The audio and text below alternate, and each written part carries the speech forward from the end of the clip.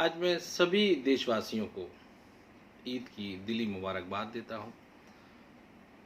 और वो लोग जिन्होंने रमज़ान के महीने में रोज़े रखे हैं, उनको जब ईद का चांद दिखता है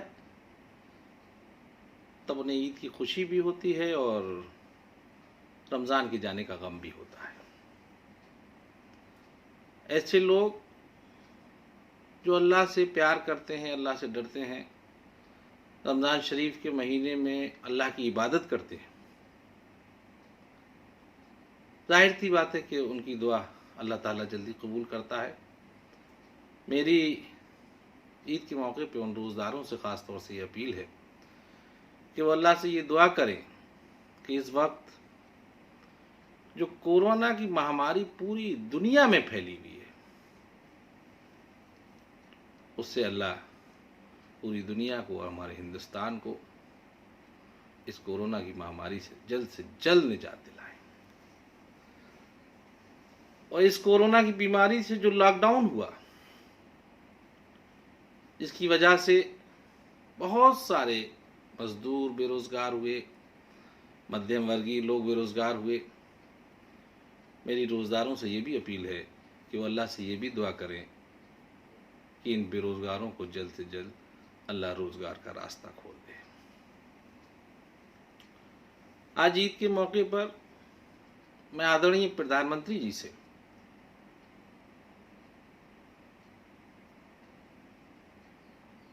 मीडिया के माध्यम से एक पैगाम देना चाहता हूं। आदरणीय नरेंद्र मोदी जी देश के प्रधानमंत्री हैं, 130 करोड़ लोगों के प्रधानमंत्री हैं। मैं इस नाते एक हिंदुस्तानी नागरिक होने के नाते उनको एक खत भी लिख रहा हूं और मीडिया के माध्यम से अपनी बात उन तक कह रहा हूं, क्योंकि वो देश के प्रधानमंत्री भी हैं। किसी पार्टी विशेष के नेता होने की हैसियत से नहीं, बल्कि प्रधानमंत्री होने की हैसियत से मैं उनको अपना पैगाम देना चाहता हूं।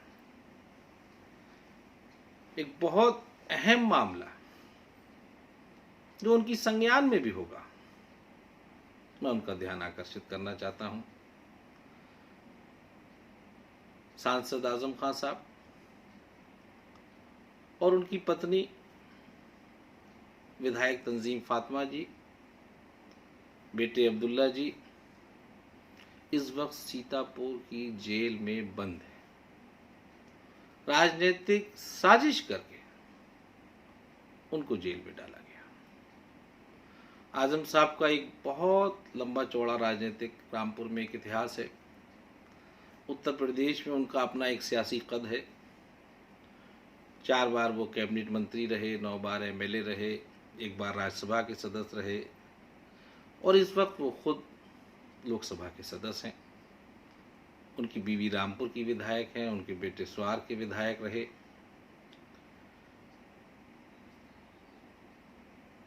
इस लॉकडाउन की वजह से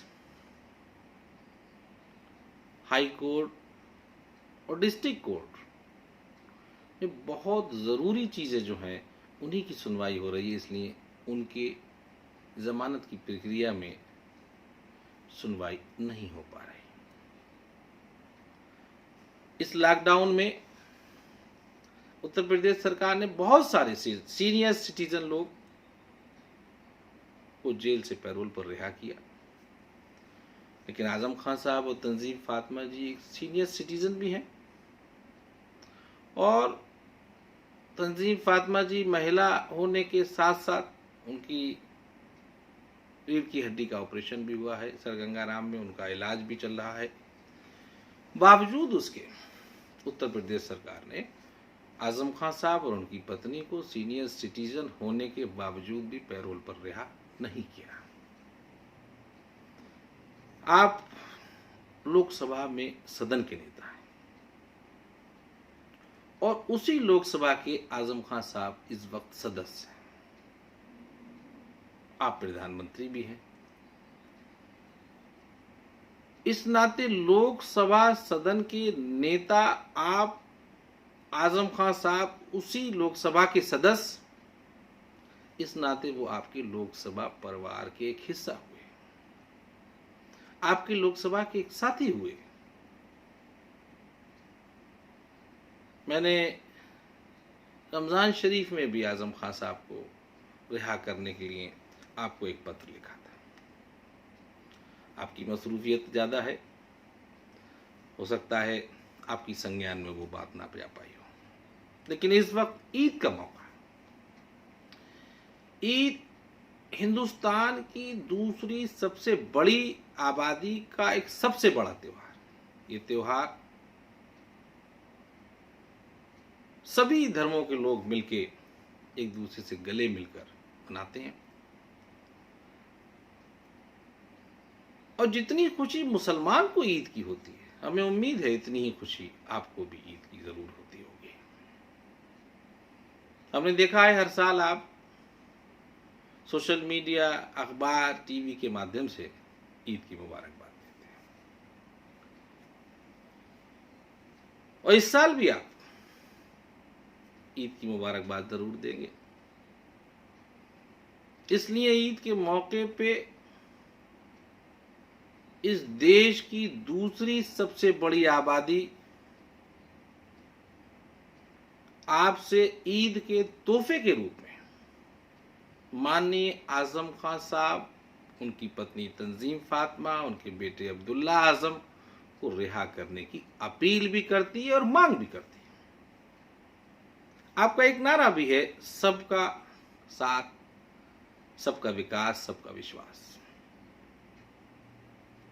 जो इस नारे में एक लफ्ज है सबका विश्वास,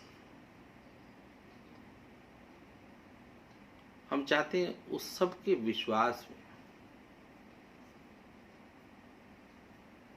आप आजम साहब को रिहा करके हिंदुस्तान की दूसरी बड़ी आबादी की भावनाओं का सम्मान करेंगे।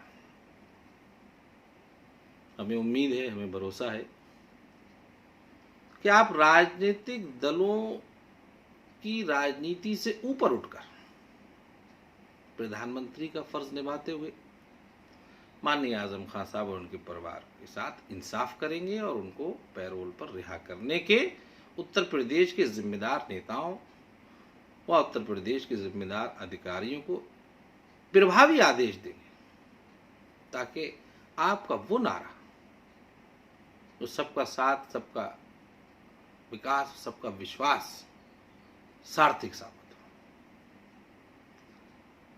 हमारी एक विनती भी है आपसे कि हिंदुस्तान के हर नागरिक के साथ इंसाफ करने की आपकी जिम्मेदारी है, और अगर वो आपके लोकसभा के साथी हो तो आपकी जिम्मेदारी और बढ़ जाती है। इसलिए हमें पूरा भरोसा है, आप आध्यात्मिक भी हैं। हम कहना चाहें आपकी मसरूफ जिंदगी है, अब उस मसरूफ जिंदगी में से 2 पल को आजम खान साहब के बारे में सोचकर कि उनके साथ नाइंसाफी हो रही है, उनके साथ इंसाफ जरूर करेंगे। क्या कसूर है आजम साहब का? उन्होंने बच्चों के लिए पढ़ने के लिए स्कूल बनाया, उन्होंने नौजवानों के लिए यूनिवर्सिटी बनाई। क्या आजम खान साहब बकरी चोरी करेंगे? क्या आजम खान साहब भैंस चोरी करेंगे? 9 बार का एमएलए, 4 बार का कैबिनेट मंत्री, 2 बार का एमपी के ऊपर उत्तर प्रदेश सरकार बकरी और भैंस चोरी के मुकदमे लगाती। आज उनकी पत्नी बीमार भी हैं, उनको रामपुर जेल से सीतापुर जेल सिर्फ इसलिए शिफ्ट किया गया ताकि उनको फिजिकल प्रॉब्लम हो। इसलिए देश की दूसरी सबसे बड़ी आबादी आपसे इंसाफ की उम्मीद करती है,